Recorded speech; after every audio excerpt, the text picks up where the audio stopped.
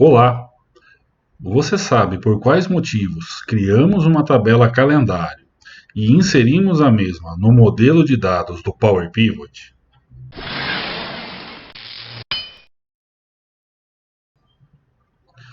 Recentemente, no grupo de WhatsApp Resenha VBA, que é comandado pelo meu colega Rafael Rabaquim, ele me indagou acerca dos motivos pelos quais nós, instrutores, orientamos aos alunos que estão começando agora na utilização do Power BI ou do Excel através dos suplementos de BI, o Power Query e o Power Pivot, a fazer a criação de uma tabela calendário e a inserção da mesma no devido modelo. A fundamentação do questionamento dele se dá pelo fato de que há farto material na internet falando sobre a criação da tabela calendário, mas há muito pouco material justificando isso, de modo que a maioria dos usuários, principalmente aqueles que estão começando agora, se sentem perdidos e acabam meio que desafiando essa recomendação, por não ver sentido na criação de uma tabela calendário, de uma tabela que agrupe a dimensão tempo. E com isso, o Rafael me questionou sobre criar um vídeo para dar essa explicação de forma um pouco mais detalhada, um pouco mais fundamentada. E eu aceitei. Eu vou deixar na descrição do vídeo o link para quem quiser entrar no grupo do WhatsApp. Vale a pena, é um dos melhores grupos do Brasil para debates técnicos acerca de Excel e Power BI. E vou deixar também o link para o grupo no Discord. Façam a sua inscrição e acompanhem alguns dos profissionais mais gabaritados do Brasil naquilo que concerne a VBA, ok? Ainda sobre a questão da tabela calendário propriamente dita, eu ensino duas formas de criá-la. Uma com a linguagem M, outra com a linguagem DAX, no meu curso de Power BI, que está disponível tanto pela Udemy quanto pela minha plataforma própria. Também vou deixar esses links na descrição do vídeo para quem se interessar. Nesse vídeo especificamente, eu não vou entrar ainda no mérito da criação da tabela, ok? Mas eu vou justificar, vou expor os motivos pelos quais a gente recomenda de forma enfática que ela seja criada e que ela faça parte do seu relatório. Em primeiro lugar, é necessário saber que o Power Pivot, seja no Excel como suplemento, ou mesmo no Power BI, nos possibilita trabalhar com o chamado modelo de dados. E é esse o ponto que causa muita confusão para o usuário que está começando. Principalmente aquele que vem do uso nativo do Excel e que está, obviamente, acostumado ao uso do que chamamos de tabelão. Aquela tabela extensa, com centenas de colunas, com milhares de linhas, que contém todos os dados, e sobre a qual, utilizando resumos com tabelas dinâmicas e gráficos dinâmicos, criam-se dashboards mais voltados à área gerencial. Esse usuário cria inúmeros vícios, digamos assim, inúmeros hábitos na criação desses dashboards, sempre voltados a essa realidade do tabelão com o qual ele está trabalhando. E sente uma imensa dificuldade em fazer a transição, em migrar dessa forma de pensamento para uma forma de pensamento mais esquemática que é possibilitada pelo uso do modelo de dados. E o que eu quero dizer com modelo de dados? O modelo de dados é exatamente isso que vocês estão vendo nesse momento na tela. O Power Pivot permite que trabalhemos dentro de uma tecnologia destinada à visualização final dos dados de forma análoga, semelhante a que a gente trabalha dentro de bancos de dados, separando os tópicos em tabelas distintas. e relacionando as mesmas através de campos-chave. Dessa forma, em vez de utilizarmos um tabelão, utilizamos várias tabelas pequenas, específicas, que filtram-se umas às outras de acordo com os campos que estão estabelecendo esse relacionamento. O modelo de dados se fundamenta no conceito de classificarmos os dados entre fatos e dimensões. Não vou me delongar demais também nesse conceito para que o vídeo não fique tão extenso, mas vou deixar claro aqui do que se trata para evitar quaisquer dúvidas por parte de quem está começando agora nessa área. Fatos são dados quantitativos, ou seja, são aqueles dados com os quais fazemos cálculos, com os quais geramos estatísticas, ok? São todos aqueles dados que quantificam aquilo que nós estamos analisando em nosso relatório, seja em qualquer uma das unidades de medida conhecidas ou de qualquer natureza a qual o dado pertença, ok? Se é numérico, se é matemático e se nós vamos fazer contas com os mesmos, então estamos tratando de fatos, ok?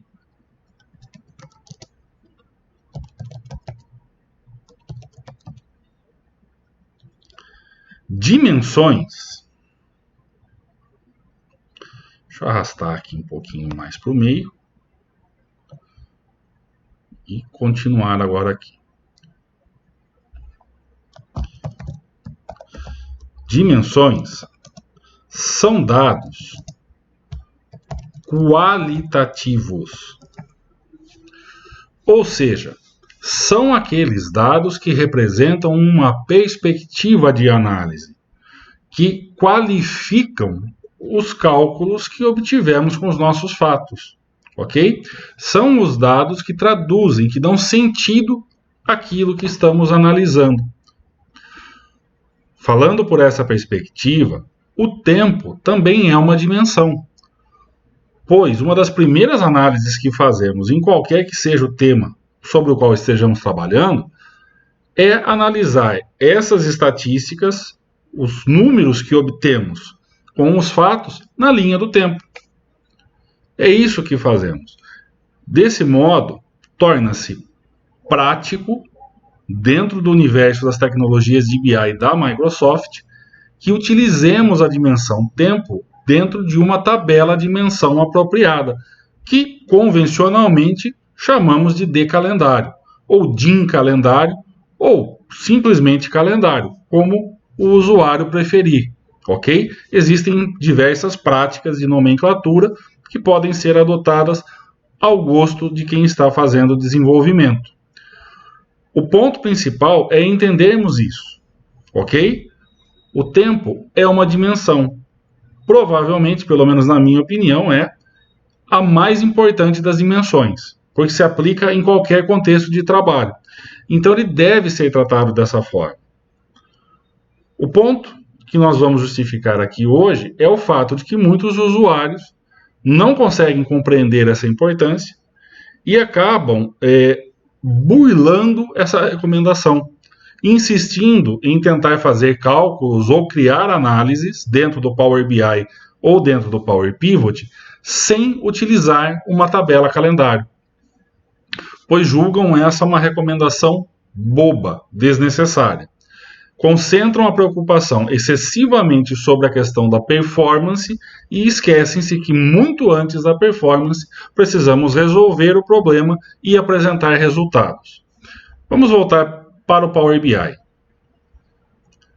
Vou reforçar que, apesar de eu estar utilizando o Power BI nesse tutorial, tudo que está aqui se aplica ao Excel também através do Power Pivot, ok? Estamos falando do mesmo recurso. Desse modo, quando olhamos para o modelo de dados, podemos perceber aqui que eu já tenho a minha tabela calendário corretamente inserida no mesmo, ok? Esse modelo é um modelo bem básico, bem tradicional, um Snowflake, que eu utilizo para treinamentos, e que está bem costurado, está bem modelado exatamente para atender essa perspectiva didática, para facilitar esse entendimento. Eu tenho aqui duas tabelas fato, não apenas uma. Eu tenho uma que se refere ao realizado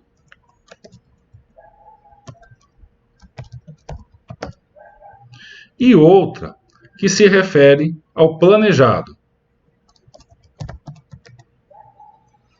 Exatamente para que tenhamos uma perspectiva de análise que evidencie o primeiro motivo pelo qual é importantíssimo, é fundamental que haja uma tabela calendário no nosso modelo.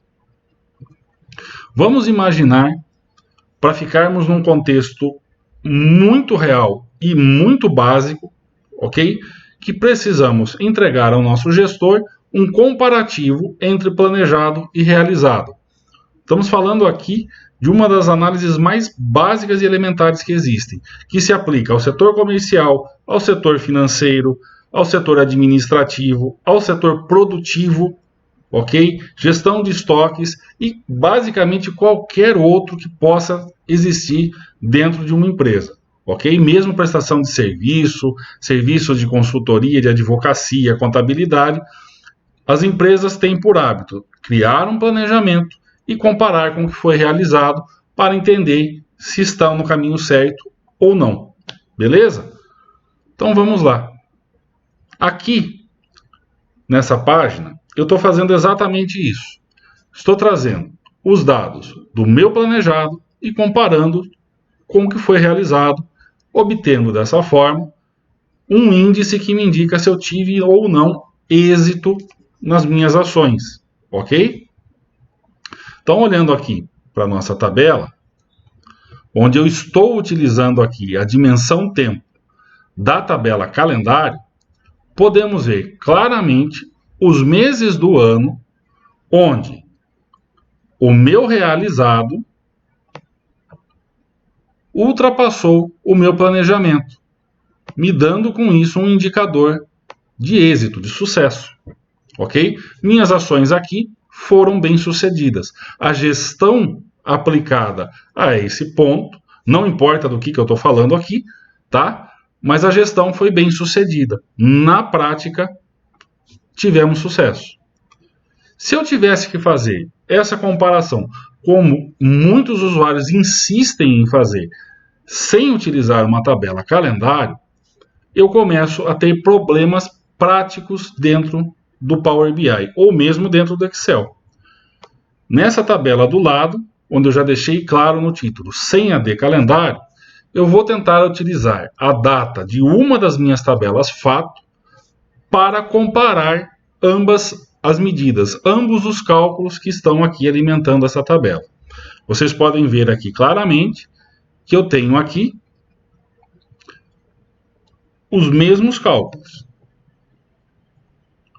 O total do meu planejado, o total realizado e o meu índice final. Eles correspondem perfeitamente de uma tabela para outra. Ela é uma cópia. Eu apenas excluí a dimensão. Vou tentar aplicar primeiro a data da minha tabela Fdados, que contém o meu realizado.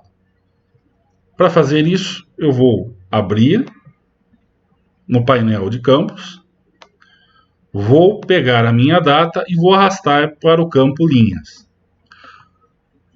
Observem o que acontece. Na coluna onde eu deveria ter a leitura dos meus valores planejados, eu tenho linha a linha, a cada data, a repetição do total, do valor total. Ela não está explodindo, digamos assim. Ela não está distribuindo esse valor de acordo com a realidade da tabela, de acordo com o que está imputado na tabela data a data. E por que isso está acontecendo? Porque as tabelas fatos não filtram-se entre si, elas não estão relacionadas diretamente. A data da minha tabela fato, que contém os dados do realizado, não está filtrando o planejado. Muitas vezes, o usuário ainda tenta retirar essa data e trazer a data da outra tabela fato. Simplesmente para constatar que o problema mudou de lugar. Ele saiu do planejado e foi agora para a coluna do realizado, que, a exemplo do que aconteceu anteriormente, agora está trazendo repetidamente o total para cada linha, para cada data. Não importa quantas vezes faça-se esse movimento, esse problema vai persistir, pelo fato de que ambas as tabelas não se relacionam diretamente. Esta tabela não filtra esta daqui. E nem o contrário. Isso não está acontecendo. Muitos usuários enveredam nesse erro pela dificuldade na transição de método de trabalho, como eu disse no início. Quando nos acostumamos a trabalhar com o tabelão, onde todos os dados estão lá dispostos, precisamos romper com esse raciocínio ao vir trabalhar com o modelo de dados. Não são coisas iguais, são coisas diferentes. São perspectivas diferentes, são métodos diferentes. E o usuário precisa, antes de começar seus estudos, compreender isso e aceitar isso. Pois a persistência leva a um estresse que é desnecessário. Não há necessidade de ficar nervoso ou tentar contrariar aquilo que já está consolidado como conhecimento. É exatamente para essa ação prática que eu estou ilustrando aqui que existe a tabela calendário. Essa tabela contém todas as datas necessárias e está filtrando diretamente ambas as tabelas fato. Ou seja, essa tabela representa uma perspectiva de análise pela qual eu posso comparar essas outras duas tabelas aqui, sem risco nenhum de haver distorção na estatística que eu vou obter, ok? Isso é importante de ser assimilado. Esse é o primeiro ponto a ser assimilado. Retornando à nossa tabela, vou excluir essa data problemática e vou trazer agora a data que está lá na tabela calendário.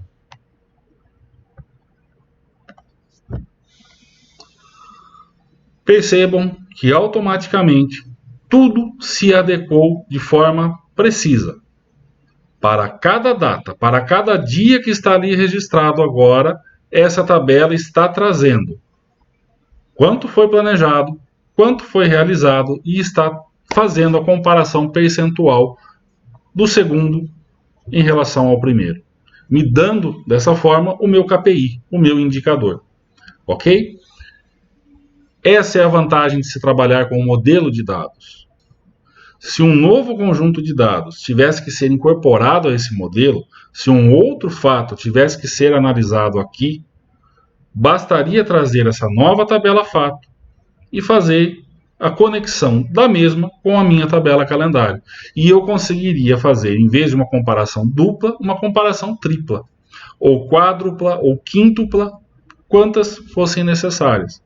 Essa é a vantagem. O modelo de dados otimiza não apenas o volume de dados com o qual estamos trabalhando, como otimiza a própria performance em si do modelo, ok? Nos dando maior elasticidade para cálculos e uma performance melhor nas visualizações com as quais estamos trabalhando. Além disso, existe um outro motivo, aí bem mais específico, nesse caso aqui, das tecnologias de BI da Microsoft, ok? Que são aquele conjunto de funções dentro das expressões DAX que chamamos de Time Intelligence, ou funções de inteligência temporal. Para aqueles que ainda não conhecem, não estão familiarizados, os cálculos de inteligência temporal são aqueles quando deslocamos na linha do tempo um determinado total, de modo a comparar ele com ele próprio em outro momento. Ok? Ultimamente tem se convencionado utilizar as expressões month over month, year over year, ou seja, mês sobre mês, ano sobre ano, ou mesmo mês no ano passado e esse mês em relação ao mês anterior. Tanto faz, ok?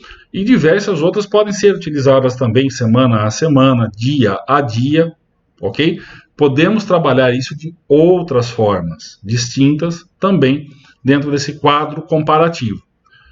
Então, vamos numa outra aba agora do meu modelo, tentar ilustrar essa comparação. Se você for tentar fazer esse cálculo com as funções nativas do Excel, por exemplo, você vai encontrar muita dificuldade, ok? Será necessário utilizar diversos artifícios para sintetizar esses cálculos em pequenos blocos de tempo e fazer esse deslocamento, ok? As funções de inteligência temporal, esse pequeno conjunto de funções que está disponível dentro das expressões DAX, foram criadas e já estão otimizadas para facilitar essa tarefa. Elas permitem que peguemos um determinado número e o desloquemos na linha do tempo, encontrando o mesmo valor no mês anterior, 6 meses atrás, ou no ano anterior. E com isso façamos a comparação, também obtendo rapidamente o nosso KPI. A única condição para que essas funções operem da maneira correta é que o modelo de dados contenha uma linha do tempo ininterrupta e completa, ou seja, que abranja todo o range de tempo sobre o qual existem fatos dentro do modelo.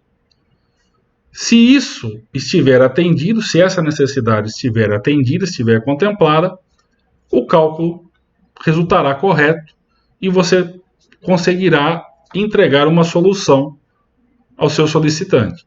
Se não existir, você não conseguirá utilizar essas funções, você terá problemas com essas funções, ok? Eu vou exemplificar na prática, aqui nessa outra tabela,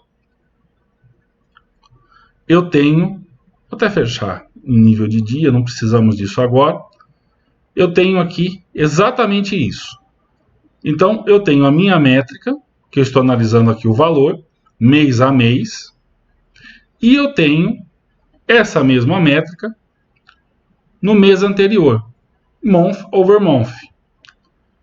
Desse modo, eu consigo fazer a comparação direta de um determinado mês em relação ao valor do mês anterior e obter, assim, o meu KPI. As funções de inteligência temporal me permitem ir além e resgatar da linha do tempo o valor desse mesmo mês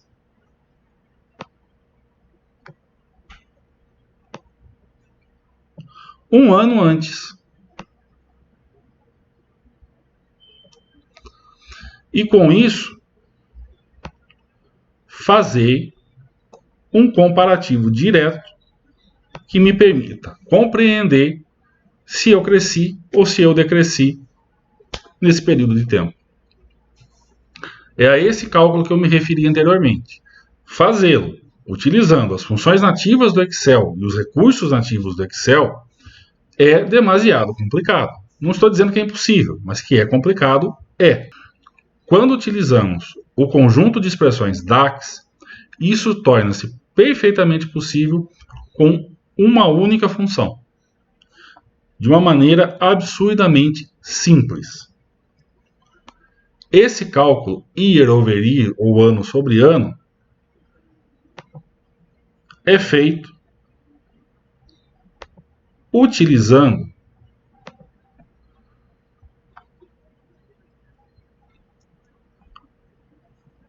apenas essa função. Same period last year, mesmo período ano anterior.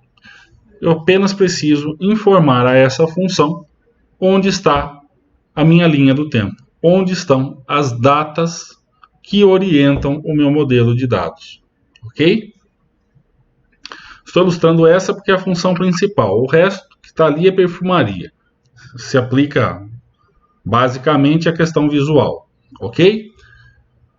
A intenção também não é entrar exatamente na questão do cálculo, mas mostrar de forma clara o porquê do uso da tabela calendário. Eu vou alterar essa função, tirando a data que está sendo trazida da tabela calendário e imputando aqui a data da minha tabela fato que contém o meu realizado, ok? Então, dentro do conjunto de parênteses, eu vou apagar o dado que está lá, vou escrever novamente o termo data e vou trazer, em vez de dar calendário, da minha fdados, esse campo data. Feito isso, clico OK.